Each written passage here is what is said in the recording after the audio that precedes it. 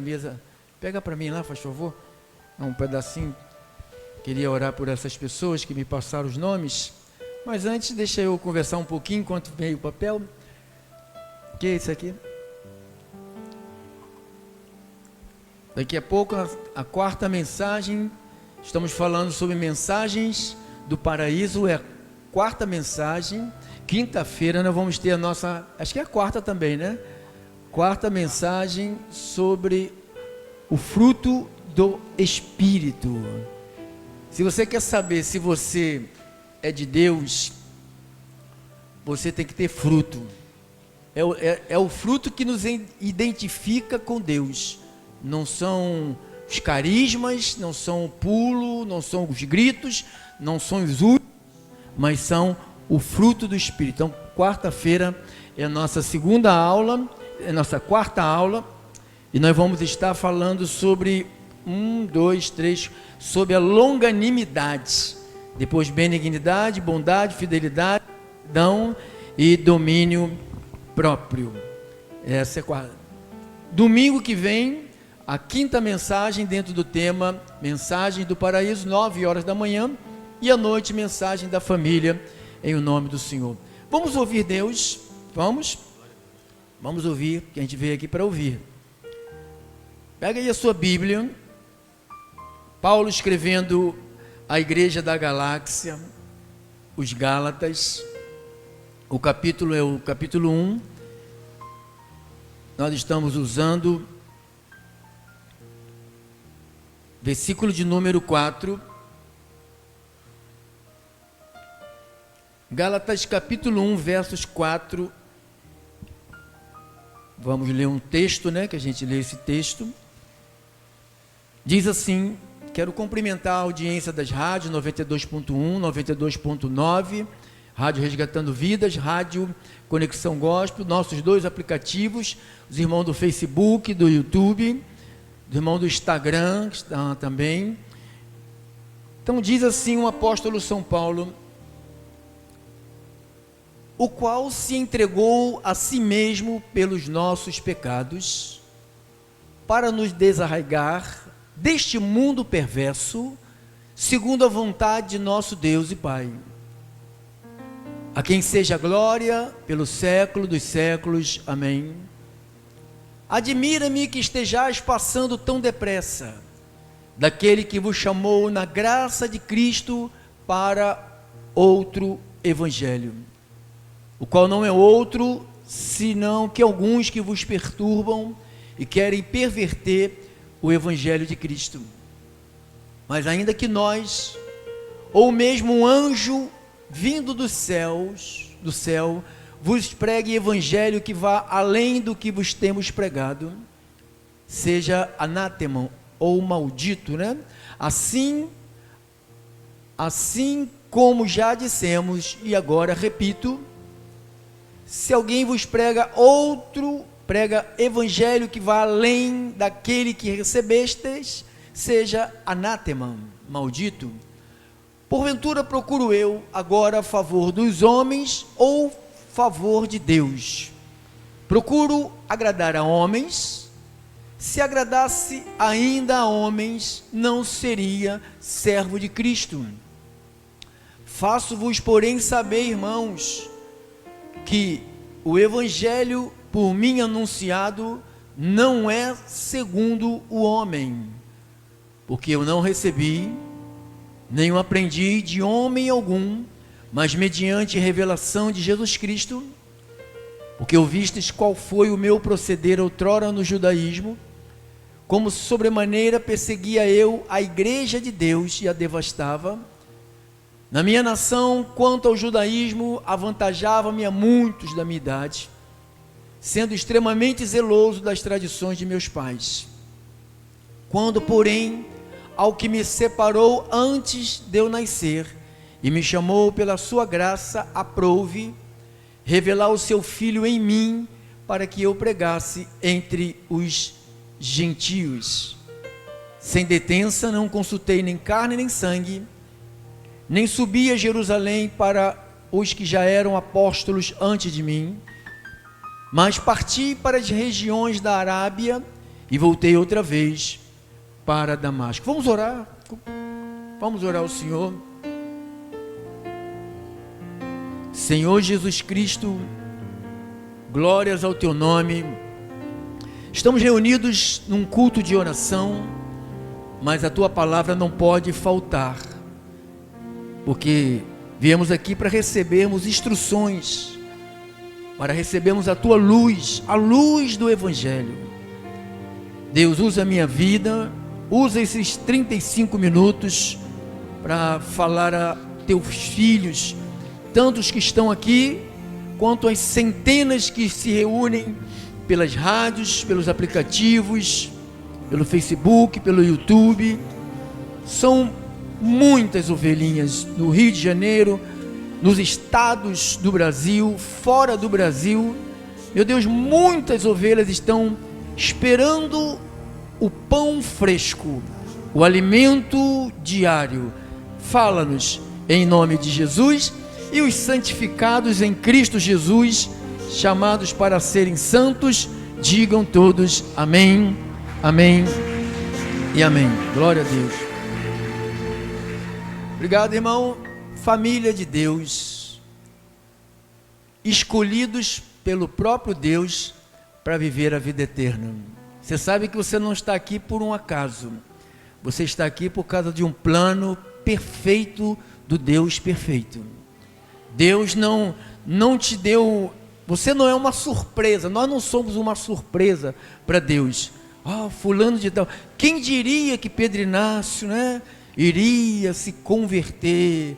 Quem diria que Pedro Inácio, não, irmão, Pedro Inácio não queria saber de Deus. Deus é que havia me escolhido desde antes de eu nascer e me chamou para o santo ministério. Então, o Paulo, essa é a nossa quarta mensagem dentro desse tema, mensagens do paraíso.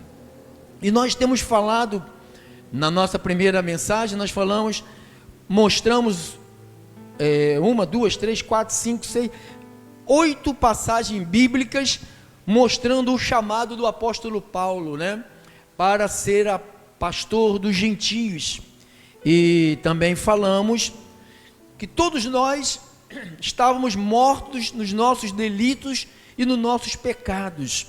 Também falamos que por um único sacrifício o Senhor nos aperfeiçoou para sempre. Também mostramos na palavra que o homem natural, ou seja, aqueles que vivem na carne, que são chamados de homem natural, eles não compreendem nada disso. Um culto assim para o homem natural é um culto frio, é um culto sem poder. Porque ele só compreende um culto, é aquele que se roda, que se pula e que se baba pelo canto da boca. E nós falamos também que a carne e o sangue não podem herdar o reino de Deus. Falamos também que Deus em Cristo reconciliou as nossas vidas com Ele, né? Mostramos passagens bíblicas e mostramos também sobre a reconciliação e falamos um pouquinho no domingo, né, sobre o perdão, o pecado que foi tirado da nossa vida, que agora nós somos inocentes. Diga assim: eu estou perdoado. Diga: eu estou inocente. Olha o teu irmão, diga: você é inocente. Isso. João Batista, ele disse lá em João capítulo 1, versículo 29, olha o que ele disse. No dia seguinte, viu João a Jesus, que vinha para ele, e disse, João falou isso: eis o Cordeiro de Deus, que tira o pecado do mundo. Esse Cordeiro de Deus é Jesus. Então, a morte de Jesus não foi apenas um momento de drama, de sofrimento, de um maldito, né? Porque quem morria na cruz naquele período era pessoas malditas, eram bandidos, eram gente que matava pessoas, gente que roubava, que fazia mal às outras pessoas, ladrões, tudo a morte para eles era a morte na cruz. Mas Jesus não foi um ladrão, Jesus não foi um corrupto. Jesus, ele se entregou por causa dos nossos pecados. Diz lá no livro de Hebreus também, capítulo 9, versos 11 e ao verso 15. Hebreus 9, Paulo disse assim: quando porém veio Cristo, como um sumo sacerdote dos bens já realizados, mediante o maior e o mais perfeito tabernáculo, não feito por mãos, quer dizer, não desta criação, não por meio de sangue de bodes, nem de bezerros, mas pelo seu próprio sangue, entrou no Santo dos Santos, e uma vez por todas, tendo obtido eterna redenção. Portanto, se o sangue de bodes, de touros, de a cinza de uma novilha, aspergida sobre os contaminados, os santificam quanto à purificação da carne, muito mais o sangue de Cristo, pelo Espírito eterno, a si mesmo se ofereceu sem mácula a Deus, purificará a nossa consciência de obras mortas, para servirmos ao Deus vivo. Por isso mesmo, ele é o mediador de uma nova aliança, a fim de que, intervindo a morte, para a remissão das transgressões que havia sob a primeira aliança, recebam a promessa eterna, da eterna herança, aqueles que têm sido chamados. A mensagem do Evangelho de Cristo, da graça de Deus, é uma mensagem que vem até nós para gerar paz. E eu estava examinando sobre o poder do sangue de Jesus, porque há muitas blasfêmias, muitos, até apóstolos, bispos, profetas, evangelistas, missionárias, obreiros, usam o sangue de Jesus. Eu estava vendo alguém que, para mim, eu quero pensar que alguns deles não têm conhecimento, e alguns deles fazem isso para manobrar a massa, usando o sangue de Jesus para tirar demônios. O sangue de Jesus, ele foi eficaz por uma coisa só. No passado era o sangue de animais. Você leu aqui comigo, no capítulo 9, no versículo 12, não por meio de sangue de touro, de bodes, nem por sangue de bezerros, mas pelo seu próprio sangue. Então diz que pelo seu próprio sangue entrou no Santo dos Santos, uma vez por todas, e tendo obtido a eterna redenção. Então o poder do sangue de Jesus não é para libertar ninguém, o sangue não é para curar ninguém, o sangue não é para tirar demônio de ninguém. Então há um erro dentro de 70% a 80% das igrejas, dos líderes, que pega o sangue de Jesus e pensa que é para tudo. Então, quando nós entendemos à luz da Bíblia a eficácia, o poder do sangue, porque no passado diz que era sangue de bodes, sangue de bezerros, sangue de touros, mas quando entra o Novo Testamento, a chegada do Novo Testamento, ela foi executada pelo sangue de Jesus. Então mudou tudo. Então eu queria deixar isto bem claro aos ouvintes, né? Eu sei que a maioria do nosso povo aqui, da nossa comunidade, já entende isto, que o poder do sangue é um poder para perdoar. Jesus derramou o sangue dele para te perdoar. Então nunca pegue o sangue de Jesus. Se tem alguém doente, o sangue de Jesus. Tem alguém com demônio, o sangue de Jesus tem poder. Passou na encruzilhada, o sangue de Jesus tem poder. Meu Deus do céu. E é cristão, não é crente, né? Porque cristão não faz isso. Vai ver lá uma pipoca, lá uma cabeça de galinha, né? Porque a galinha eles comem, né? Pai de santo não é bobo. Deixa só o bico e o pé e a pena, né? E o crente passa perto daquilo ali das encruzilhadas, dá licença, o sangue de Jesus tem poder. O que o sangue de Jesus tem a ver com bico e pé de galinha e pena de galinha, irmão? Tem nada a ver. O sangue de Jesus foi a moeda para nos levar de volta para Deus. Diga, o sangue de Jesus foi a moeda que ele derramou o sangue, pagando, não foi preço de dinheiro, foi o preço do sangue. Você é tão precioso, nós somos tão importantes para Deus, que Jesus derramou o sangue dele, irmão.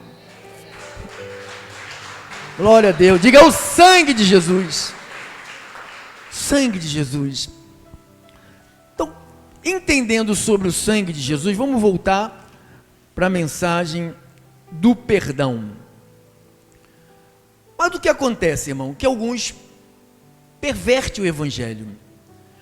Paulo, escrevendo aos Tessalonicenses, na segunda carta, no capítulo 3, no versículo 2, olha o que ele fala: para que sejamos livres dos homens perversos e homens maus. Quando a gente pensa em homens perversos e homens maus, nós pensamos que é o candomblessista, que é o espiritista, que é o que faz mandinga, sabe? Paulo nem aponta para essas pessoas. Paulo não está nem esquentando com essas pessoas. Paulo está falando de homens que ensinam de fora do evangelho. Olha o que ele está dizendo: para que sejamos livres dos homens perversos e maus. Por quê? Por quê? Porque a fé não é de todos. Tinha um pastor da minha antiga denominação, que eu congreguei 22 anos, e Deus me tirou, porque se ele não tivesse me tirado, eu estaria lá, mas Deus me tirou. Esse pastor saiu de lá, dessa igreja, e abriu uma igreja chamada, está lá na antiga suburbana, Fé para Todos. Quem já ouviu falar nessa igreja?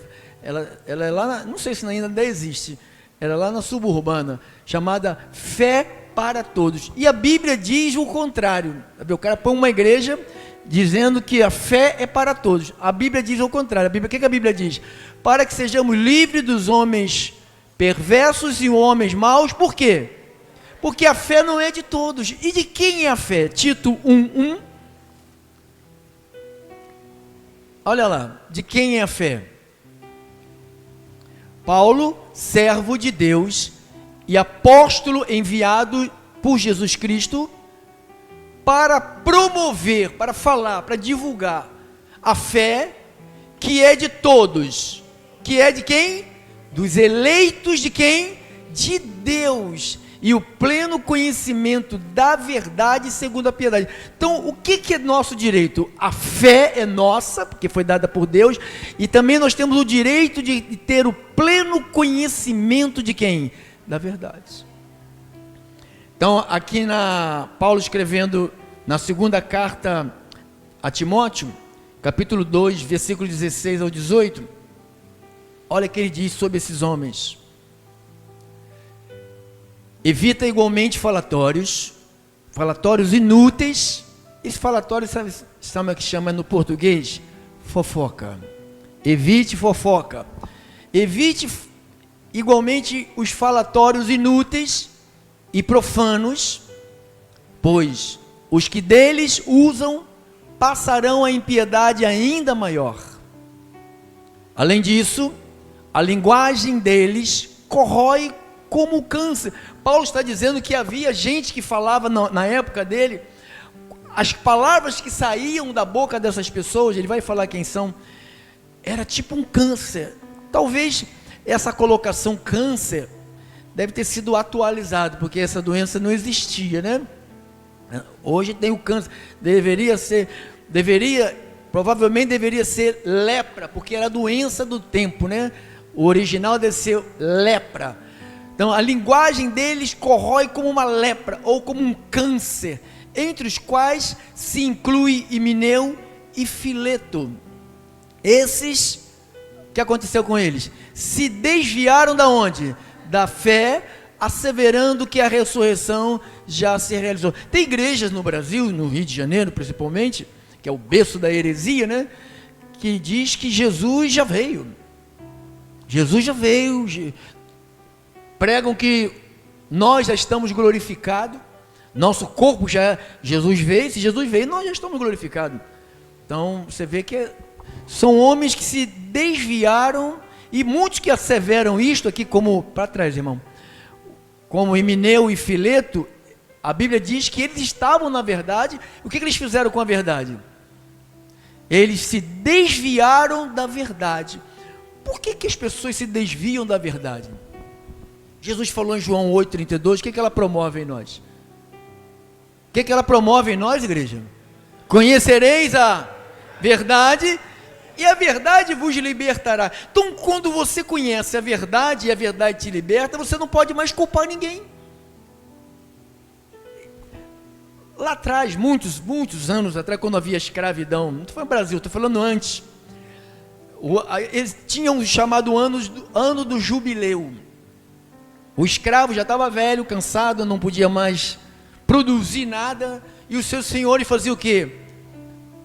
Largavam ele, mandavam eles embora, porque nem ia ficar dando comida para o cara que não já estava sem fome, mandavam eles embora para eles morrerem pela rua. Mas só que muitos deles imploravam para não deixar a escravidão. Porque se eles deixassem a escravidão, o que tinha que acontecer? Eles tinham que trabalhar, arrumar emprego, arrumar trabalho, arrumar alguma coisa para ganhar a vida. Mas como eles já estavam acostumados com aquela doutrinação, eles não queriam sair da escravidão. Então tem muita gente assim, que não quer sair da escravidão, porque uma vez você livre, você se torna responsável por tudo que acontece na sua vida. Quem não é livre fala assim, Deus não quis, ou diz, foi o diabo que não deixou, sabe, o diabo, sabe, ele que fez isso, ele que destruiu, ele que impediu. Mas quando você é livre, você sabe que a responsabilidade é sua. Se alguma coisa não deu certo, é você que fez errado, é você que não fez direito, segundo diz a palavra. Quando nós somos livres, por conhecer a verdade, assim, só é livre, diga igreja, só é livre quem conhece a verdade. Quem não conhece a verdade se torna escravo de quem? De homens. O apóstolo Paulo, quando escreve ao seu filho na fé, o irmão Tito, lá no capítulo 3, o versículo de número 11, Tito,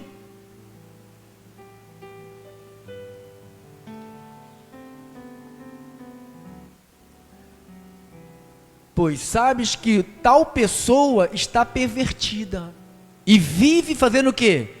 Vive pecando. Deixa eu parar um pouquinho agora, para fazer lembrança do que nós falamos no domingo. O pecado, ele quebra as leis de Deus. O pecado, ele quebra a palavra de Deus. O pecado é rebeldia contra Deus. Quem se envolve com o pecado está em desobediência a Deus. No princípio, o pecado é oferecido como um prazer, parece muito atraente. Cara, quando a gente está fazendo as coisas erradas, é gostoso demais. É gostoso, não é, irmão? Oh, que delícia, irmão. Mas ele não mostra que o pecado vai gerar o quê? A morte. O diabo não lhe diz que vai roubar a tua saúde, vai matar a tua esperança e vai destruir o teu futuro. Ele não diz isso. A gente entende que parece uma coisa boa, maravilhosa. O pecado é quebrar as leis de Deus, quebrar as palavras do Senhor, se rebelar contra Deus. Envolver-se com o pecado é tornar-se parceiro do diabo. Irmãos, nós estamos livres do pecado. Deus nos fez servo da justiça. Nós temos a capacidade hoje de dizer não. Fala, não, eu não serei dominado. Paulo falou, olha, não, eu não vou deixar ser, tudo me é lícito, mas eu não vou deixar ser dominado por nenhuma dessas coisas. E o que acontece hoje? Que muitas das vezes nós somos dominados, porque o pecado é maravilhoso. Paulo, escrevendo aos Hebreus 11, 25, põe ali, irmão, Hebreus 11, 25, ele está falando sobre Moisés, preferindo ser maltratado junto com o povo de Deus, a usufruir prazeres transitórios do pecado. Acabou? Acabou. Bota na NTLH e depois volta para Almeida, por favor, irmão. Na versão. Esse aqui mesmo. Ele preferiu sofrer com o povo de Deus em vez de gozar por pouco tempo os prazeres do pecado. Então, o pecado é gostoso, é prazeroso. Adulterar, fornicar, mentir, enganar, roubar, ter vantagem para ter dinheiro, para, sabe, roubei água, a minha conta é 50 centavos, que maravilha. Isso é coisa de gente que não tem Deus, Deus está longe, amado. Paulo disse, quem roubava não roube mais, quem adulterava não adultera mais, quem mentia não minta mais. Agora vamos falar a verdade uns para com os outros. Essa é a vida de um cristão genuíno e verdadeiro. Me dê agora mais 10 minutos que nós vamos orar pelos enfermos, vamos orar pelos pedidos de oração. Paulo escrevendo à igreja dos Colossenses, no capítulo de número 12 ao 15, ele disse assim: tendo sido sepultados juntamente com ele no batismo, no qual igualmente fostes ressuscitados mediante a fé no poder de Deus, que ressuscitou dentre os mortos. E a vós outros que estavas mortos, nós, pelas vossas transgressões, pela incircuncisão da vossa carne, vos deu vida, juntamente com ele, perdoando todos os nossos delitos. Então, o sangue de Jesus, quando ele é derramado para, foi para cobrir pecado. O sangue de bode, de touro, ele cobria, mas o sangue de Jesus, ele tirou, ele limpou. Você está limpo, irmão. Você está limpo aos olhos de Deus. Estamos limpos aos olhos de Deus. Glória a Deus. 14. Tendo cancelado o escrito de dívida que era contra nós, o qual nos era prejudicial, removeu. Então, diz que ele pegou essa dívida, que era do pecado de Adão, ele removeu. Vamos, igreja, participe inteiramente. Ele removeu ou não removeu? Removeu com um pedacinho? Não, porque eles dizem por aí que esse remover só foi 50%. 50% quando eu for batizado nas águas. Eu estava vendo algumas pessoas que deixam uma igreja que prega sobre, nós que pregamos sobre um só batismo, que é do Espírito. A primeira coisa que essa pessoa faz quando ela deixa a igreja que prega só um batismo, ela vai correr para a água, porque elas não acreditam que essa remoção foi totalmente. Eles põem em dúvida que o sangue de Jesus só teve 50% de eficácia, o resto é a água. Irmãos, o pecado, João falou, nós não lemos João foi 1,29, não foi, irmão? João 1,29, depois volta para cá.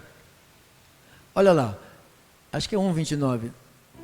No dia seguinte viu João a Jesus que vinha para ele e disse: eis o Cordeiro de Deus, que vai fazer o quê? Tira o pecado. Então ele tirou o pecado das nossas vidas. Pastor, mas eu erro. Irmãos, o pecado da desobediência de Adão e de Eva foi removido da nossa vida. Foi esse pecado que nos afastou de Deus. Você nasceu em pecado ou nasci em pecado? Eu nasci transgredindo sem ter transgredido. Então o que Jesus faz? Jesus foi para a cruz. João Batista apontou-lhe de longe: olha lá o Cordeiro de Deus. Falou para os discípulos dele. João tinha um monte de discípulos. Olha ali. Porque eles olhavam para João e achavam que João era o mágico de Oz, que quando entrava na água, tirava um monte de carneirinho limpinho. Aí ele falou assim: olha, esquece aqui, olha aquele lá, está vendo aquele lá? Está chegando lá? Eis ali o Cordeiro de Deus, que tira o pecado do mundo. Então o João falou, ele é quem tira o pecado. Isto que eu estou fazendo aqui é uma religião. Eu estou te trazendo você para uma religião, para mostrar para você que você está agora preso numa religião. Então a água só serve para mostrar para a gente que a gente está numa religião, não tem nenhum poder de acrescentar nada, nem de tirar nada. A água é água, mas não, serve para beber, tomar banho, fazer comida, lavar roupa. Volta para lá, irmão, para Colossenses 2,14. 2,14 diz assim: tendo cancelado o escrito de dívida que era contra nós. Eu não posso chegar diante de Deus e falar: Senhor,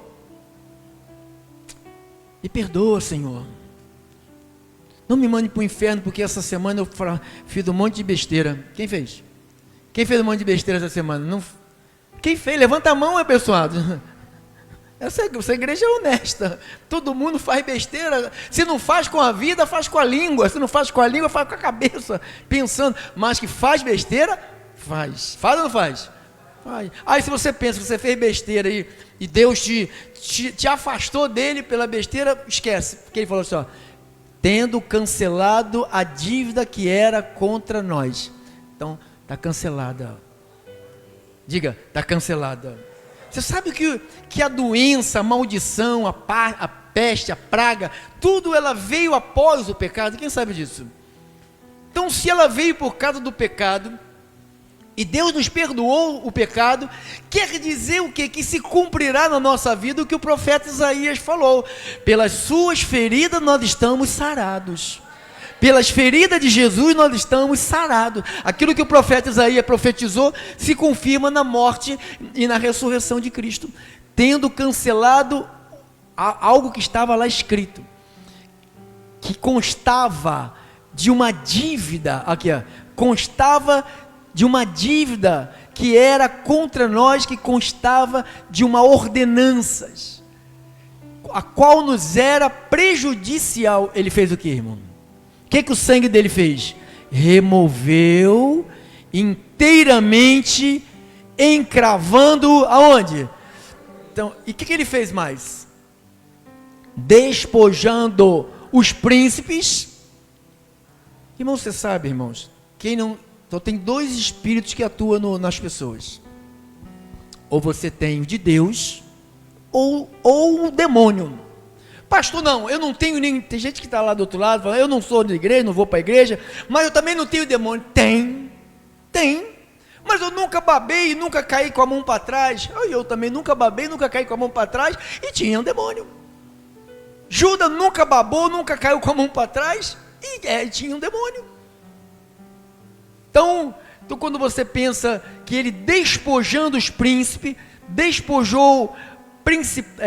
despojando os príncipes, autoridade, despojou as potestades, derrotou, publicamente os expôs ao desprezo, triunfando deles na cruz. O diabo não tem acesso à igreja de Jesus. Não atribua nada na sua vida que vier a acontecer. Deus tem o controle da tua vida, irmão. Irmão, quando você fala, foi o diabo que fez, que aconteceu, você está desmoralizando Jesus. Tem um monte de gente, crente é uma porcaria, irmão, crente não vale nada. Pastor, que isso, que pecado é esse? Existe uma diferença entre crente e cristão. Nós já sabemos, né? Cristão é uma coisa, crente é outra coisa. O que é crente, pastor? Crente, vou te dizer quem é crente, o católico é crente, o budista é crente, o macumbeiro é crente, sabe, aqueles cabelinhos amarradinhos para cima lá, chinês lá, sei lá, também são crentes. Quem não, o que serve Buda, também é crente. Quem não vai à igreja nenhuma, também é crente. Como é que não vai à igreja nenhuma é crente? Pô, ele acredita, vai ter agora a mega cena da virada, os crentes vão cair dentro. Os crentes vão cair dentro. Os cristãos não. Os crentes vão cair dentro. E tem igreja que junta até o pastor, mano, vamos fazer um bolão. Então, os crentes, a diferença do cristão e do crente é essa. O cristão não acredita em qualquer coisa. O cristão acredita em Jesus e na sua palavra, somente. E o crente? Em tudo. Em duende, em fada, em boi-bumbá, em saci-pererê. Rapaz, é meu neto. Vovô, bota, como é que ele fala? Ele fala, como é que quando não é real, que é criado, é folclore, né? Não é folclore que dá o nome. Quando é criada, inventada, invenção. Eu falo, meu neto, isso aqui é invenção, isso aqui não é verdade. O saci-pererê não existe. O boi-bumbá, essas coisas, fada. Então a criança pensa que tudo isto é realidade. Eu tenho que tirar isso da cabeça de uma criança. Então, e o crente acredita em tudo isto. O crente, ele acorda, ai, estou com um palpite hoje, sabe, o passeio, sabe, o cachorro latiu, vai dar cachorro, aí pega R$50 e joga no cachorro, aí chega 2 horas da tarde, deu burro, deu ele mesmo, se ele tivesse jogado no burro, né, ele tinha ganhado, né? Esse é o crente, irmão. O cristão não é assim. O crente leva água ungida para casa, leva sal grosso, leva lenço. O crente acredita que o demônio possui ele, aí vai para a corrente da libertação, para o bispo tirar o demônio dele. Já está na igreja há 50 anos, ainda tem demônio. Essa é coisa de crente. O cristão sabe que ele é templo e morada do Espírito Santo. Tu és intocável, irmão, tu és intocável. Só quem pode tocar na sua vida é Deus que pode tocar na sua vida. Não sou eu que estou dizendo, não, quem diz é a Bíblia. Eu não digo nada, eu não sei nada, quem sabe é a palavra de Deus, só repito o que está aqui escrito e está bom. Então, irmãos, essas são as mensagens que eu considero ser do paraíso. Por que é do paraíso? Porque em Gálatas, capítulo 1, Gálatas 1, versículo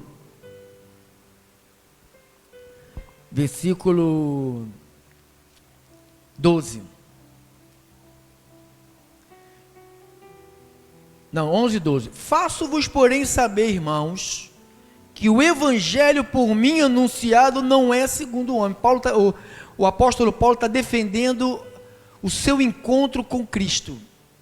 Paulo não conheceu Jesus de Nazaré, nunca celebrou ceia com Jesus de Nazaré, nunca andou com Jesus, mas ele disse aqui que o que ele anunciava não era segundo o homem. 12. Porque eu não recebi, ele falou, eu não aprendi de homem algum. Ele não aprendeu de Pedro, de Tiago, de João, de Mateus, não aprendeu. Ele falou, não aprendi de homem algum, mas eu recebi uma revelação de Jesus Cristo. Aí nós já estudamos isso lá em 2 de Coríntios 12, do 1 a 7, o arrebatamento do apóstolo Paulo. 1 de Coríntios 9, 1, põe lá, irmão, para a gente terminar. 9, 1, 1 de Coríntios 9, 1 e 15, 8. 1 de Coríntios 9, 1, não sou eu porventura livre, não sou apóstolo, não vi Jesus nosso Senhor. 15, 1 de Coríntios 15, 8. 15, 8. E afinal, depois de todos, foi visto também por mim, como por um nascido fora do templo. Jesus apareceu para o apóstolo Paulo, lá em Atos 22, 14. Atos 22, 14. Diz assim: então ele me disse, o Deus de nossos pais de antemão te escolheu, Ananias falando para Paulo, para conheceres a sua vontade, e vereis o justo, e ouvireis uma voz da sua própria boca, porque terá de ser sua testemunha diante de todos os homens das coisas que tem visto e ouvido. Atos 9, 15 e 16. Atos 9, 15 e 16. Mas o Senhor lhe disse, vai, porque este é para mim um instrumento escolhido para levar o meu nome perante os gentios, que somos nós, perante os reis, e bem como perante os filhos de Israel. Então, esta mensagem que nós ministramos aqui, são mensagens do céu, a mensagem mais segura que tem na Bíblia. Não é Apocalipse, não é Gênesis, né? A mensagem mais segura são as 14 cartas do apóstolo Paulo, que traz o que é igreja, o que realmente é a igreja para Jesus, e o que é a igreja para Jesus, e o que Jesus é para a igreja. Então, que você tenha recebido essa palavra no teu espírito, em nome de Jesus. Dá-lhe um aplauso ao Senhor, assim seja, assim disse a palavra do Senhor.